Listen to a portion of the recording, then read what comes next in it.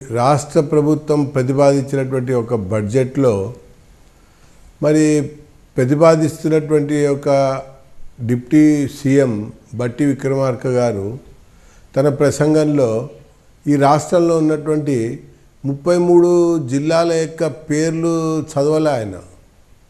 వివిధ శాఖల కింద కేటాయించినటువంటి నిధుల్ని ప్రస్తావించారు, మరి ప్రణాళికల్ని ప్రస్తావించారు, లక్ష్యాల్ని ప్రస్తావించారు. ఆ రకంగా తన యొక్క ప్రసంగం కొనసాగింది. దాంతోపాటుగా ఒక చిన్న విషయం చెప్తాను. సుమారు 2,91,000 కోట్ల రూపాయల బడ్జెట్ని ప్రవేశపెట్టారు. దీంట్లో 46,000 కోట్ల బడ్జెట్ లోటు బడ్జెట్ అని చెప్పని చూపించారు. ఇక గత ప్రభుత్వం యొక్క బడ్జెట్ ప్రతిపాదనలో అసలు చూసినట్టయితే 1,60,000 కోట్లు మాత్రమే ఉంది. అంటే ఖర్చు పెట్టడం ఆ ప్రకారంగా చూసినట్టయితే మరి 46,000 కోట్ల రూపాయల బడ్జెట్ లోటు, అసలు 1,60,000 అవ్వటం అన్నప్పుడు ఈ రెండు కనుక కలుపుకొని చూస్తే 2 లక్షలు ఉంటే ఒక 91,000 కోట్లని పెంచి చూపించుకున్నారనమాట. ఈరోజు ఈ మధ్యకాలంలో మంత్రులకు అలవాటైపోయింది.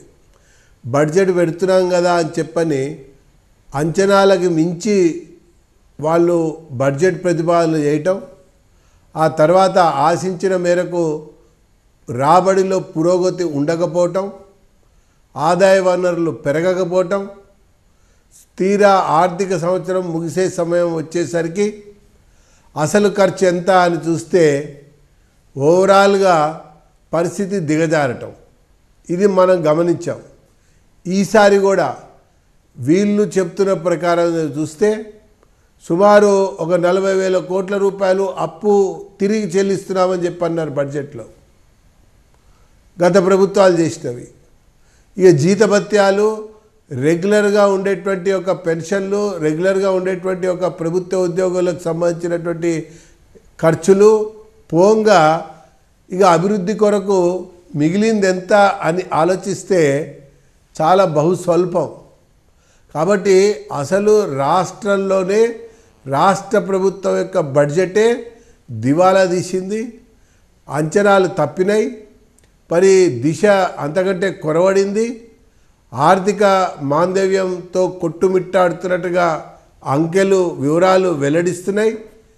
ఇంకా 2 అడుగులు ముందుకెళ్ళి కనుక ఆలోచన చేసినట్టయితే ఇది ఏ రకంగా చూసినా కూడా వాస్తవాలకి దగ్గరగా ఉన్నటువంటి బడ్జెట్ ఎంత మాత్రం కూడా కాదని చెప్పని స్పష్టంగా అర్థమవుతుంది.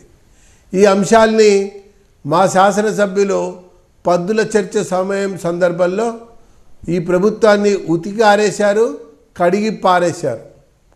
అయితే నిర్మాణాత్మకమైనటువంటి చర్చ శాసనసభలో జరుగుతుందా అంటే కాంగ్రెస్, బీఆర్ఎస్ ఒకరి మీద ఒకరు దుమ్మెత్తు పోసుకోవటం, దుర్భాషలు ఆడుకోవటం, సవాళ్ళు విసురుకోవటం, అక్కడి నుంచి చర్చని తప్పుదో పట్టించటం, కాలం వెలుబుచ్చటం, ఆ తర్వాత నాకు నువ్వు నీకు నేను అన్నట్టుగా వ్యవహరించడం అనేది మనకి శాసనసభలో జరుగుతున్నటువంటి ఒక సమావేశాల యొక్క ఫలితాల సందేశం అర్థమవుతుంది.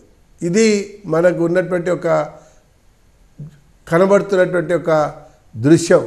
ఇక పోతే కేంద్ర ప్రభుత్వం బడ్జెట్ ప్రతిపాదించింది.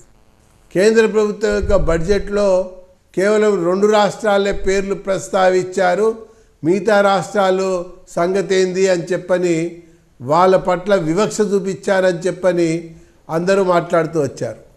ఒకసారి ఈ 10 సంవత్సరాల నరేంద్ర మోడీ గారి యొక్క కాలం కాకుండా అంతకుముందు ఉన్నటువంటి మన్మోహన్ సింగ్ గారి 10 సంవత్సరాల కాలంలో చిదంబరం గారు ప్రవేశపెట్టినటువంటి బడ్జెట్ యొక్క ప్రసంగ సమయంలో కూడా అప్పటి ఆర్థిక శాఖ మంత్రి అయినటువంటి చిదంబరం గారు కూడా ఈ దేశంలో ఉన్నటువంటి అన్ని రాష్ట్రాల పేర్లు ప్రస్తావించాల,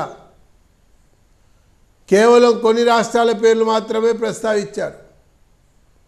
నిన్న నిర్మలా సీతారామన్ గారు చాలా స్పష్టంగా చక్కగా సమాధానం చెప్తూ మరి ఈ అంశాలన్నింటినీ కూడా లేవనెత్తుతూ తెలియజేస్తూ పేరు ప్రస్తావించినంత మాత్రాన కేంద్రం సహకరించినట్ట, కేంద్రం నిధులు విడుదల చేయనట్ట అన్నటువంటి ఒక విషయాల్ని చాలా స్పష్టంగా దేశ ప్రజల ముందర ఉంచేసరికి కాంగ్రెస్ యొక్క విమర్శలు, ఎస్పీ యొక్క ప్రశ్నలు, ఇతర పార్టీల యొక్క విషయాలు అన్నీ విన్న తర్వాత ప్రజలకు అర్థమైంది విమర్శించాలి కాబట్టి, ప్రశ్నించాలి కాబట్టి, వాళ్ళ కుంభకోణాలు తప్పిదాల్ని మర్చిపోయేటట్టుగా చూడాలి కాబట్టి మోడీ గారి ప్రభుత్వాన్ని విమర్శించినట్టుగా మాత్రమే ఉందని చెప్పని ప్రజలకి అర్థమైంది.